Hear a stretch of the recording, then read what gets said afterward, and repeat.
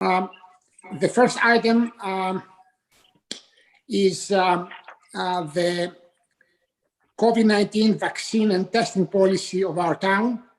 It's a policy 57A 2021. First item is the COVID-19 testing policy of our town 2021. First item is the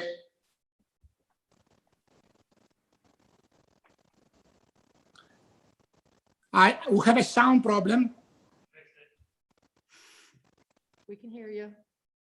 Okay, so everybody heard that the first item is on the business today is the discussion and approval on the COVID-19 vaccine and testing policy of our town. Yes. Any questions on the issue of the policy? Your Worship, I can certainly lead in with just a little preamble with this policy, if you wish. Yes, thank you, Jason. For this 57A-2021 is the vaccine and testing policy.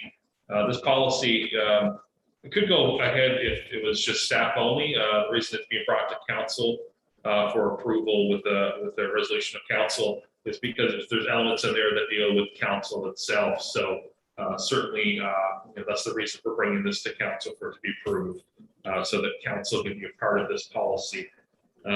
Just to sort of an additional note on this policy doesn't apply for the fire department, the volunteer fire department. The fire marshal's office today has distributed a policy dealing with the fire departments in New Brunswick, and the fire department will be following the policy coming out from the fire marshal's office. So this will be just for the staff and the staff and the council for the town. We have about 20% right now that are really this policy would apply to that are unvaccinated right now as of today, and they'll be doing testing every few days, twice a week with this policy. So hopefully may lead to actual full vaccinations. But with the current rises with the vaccine, with the COVID, the Delta variant, certainly this is a very important matter, especially in the current reality. Any questions for Jason? I do have a question, and it's really around documentation. I recognize that we don't have a large staff, and I recognize all of that. And in speaking with Councillor Colton this morning, I did not realize the social insurance number was attached to our documentation, because me being an implant to New Brunswick, I don't have that issue. But and maybe you can visually just look at the vaccination verification paper that says you have your double vaxxed, but it's the students that we're going to have next summer, and it's the new people coming in that we can in fact get a little bit, it can get shadowed, it can get lost, whether or not everyone is vaccinated or not. And I feel that having a signed copy on file would be for our own protection. In the event someone either produces a false vaccination record, which is circulating now, or we just can't remember and put ourselves at risk. That's my view on that verification. Yes, and Councilor Armstrong, that's certainly a good point. So what we can do is attached to this policy is the one-page sign-off sheet, ensuring that all staff has reviewed it and they can sign off on it, ensure they bring it back and have accountability with the sign-off sheet. Any other question or point? I have a question, Jason. This policy has been has been developed by you after consulting with St. John before the emergency order. Do you know if the order has created a change in the policy of that bigger city that we use as a prototype? No, there's been no changes. We'll certainly keep monitoring that. Even today, we're learning that, rapid tests may or may not be accepted by maybe parts of the federal government. So we'll continue to monitor this, but as of today, there's been no changes with that policy, and some of the partnerships we had with like the city of St. John and such have not, they've not had any changes to this policy. So the stand. Okay. Active.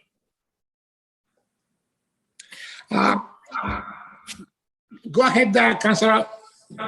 So what happens if we find a change? For example, the rapid tests are no longer valid through the federal, from the federal government's perspective. What happens to our policy in terms of that?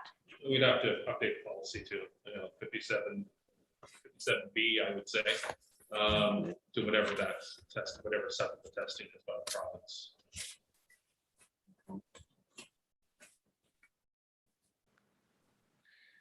Any other question?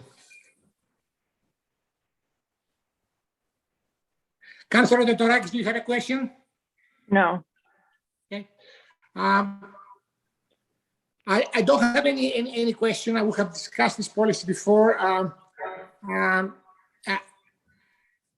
Is there any motion for amending this policy, Councillor Armstrong? Should we do it now? I said you mentioned I'll make the motion, Your Worship. Yes, I'll make the motion that we accept the policy for 57-A, COVID-19 vaccine and testing policy. Okay, seconded. I second it. Okay, Councillor Coulton seconded. All in favor? Aye. Aye. The policy has been approved. I move to the item B. And I just want, before, it's a bylaw number 25B2102, for which we had a first, a second reading, and we had a hearing on that, and pertaining to some corrections on the zoning map. There has been another request for a bylaw change, which I understand our CEO has chosen to actually incorporate on this bylaw amendment. And I just, is Alex there? Yeah.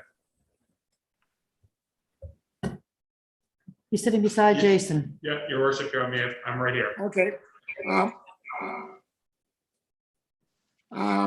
Alex, I just want to ask you a question. We had already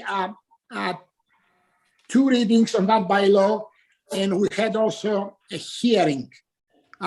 Does bringing a further amendment require another hearing? The only time you would require a further hearing is if this was deemed to be a substantial change by council. I did provide a little background for these proposed motions, which explains the matter. And I guess if council deemed it to be a very substantial change, or not very, a substantial change is what the legislation says, then you are required to have another public hearing of objections.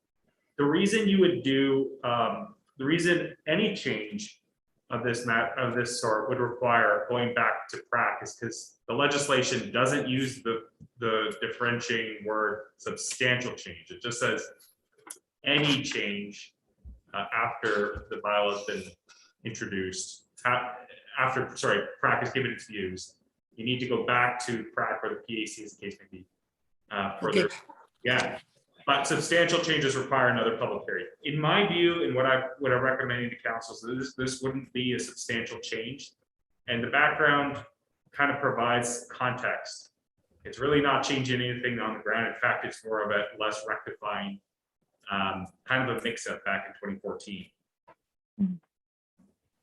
Your worship, I just wish to concur with Alex.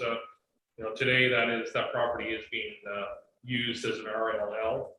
There are in fact 7 to 8 mini homes that are on this piece of land, and really there's just one open vacant lot.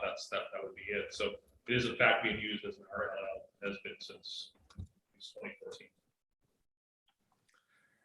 Thank you. Are there any questions or comments about whether or not is a substantial change or not by the other councillors? No. No. No. Okay, I don't have any other comments or question. Councillor De Torakis, do you have any comment? No, I don't. Okay. I'd like to have a motion for proceeding with approval of this bylaw 25B21-2.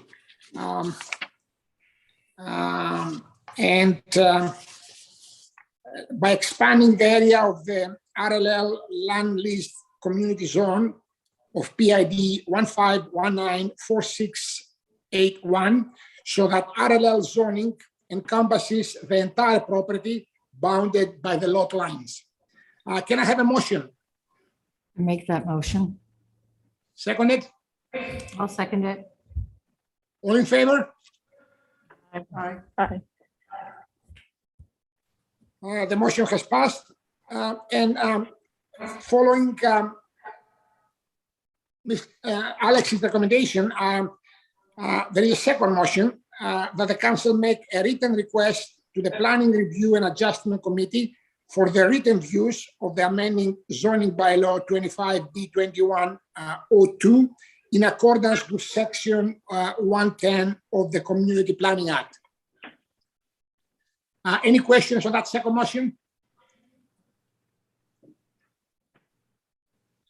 I have a question, and that's for Alex. Alex, I like to actually, I like to ask you if the committee members, the PRAC members, find that this is a substantial change, would you be able to provide us with a recommendation or an opinion as to whether or not we can sever this change into 2 steps and proceed with correcting the changes and deal with that separately? If Yeah, Your Worship, PRAC's going to look at this from the point of view of the Community Planning Act, so they can look at that question in particular. Yeah, certainly if you want to ask that to them and they can give you a recommendation. Of course, they only give a recommendation. It's your choice to follow the recommendation or not. Yeah, definitely you can include that in your written request.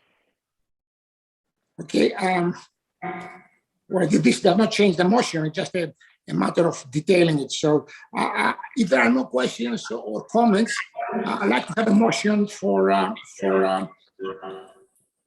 hello? Yes, Your Worship. Yeah, we're listening. We're listening. We hear you. Oh, yeah, so can I have a motion for making a request to the Planning Review and Adjustment Committee for the written views on this change? I so move to make that motion, Your Worship. Seconded? I'll second it. Oops. Thank you. And all in favor? Aye. Aye. Okay, so the motion 2 has passed.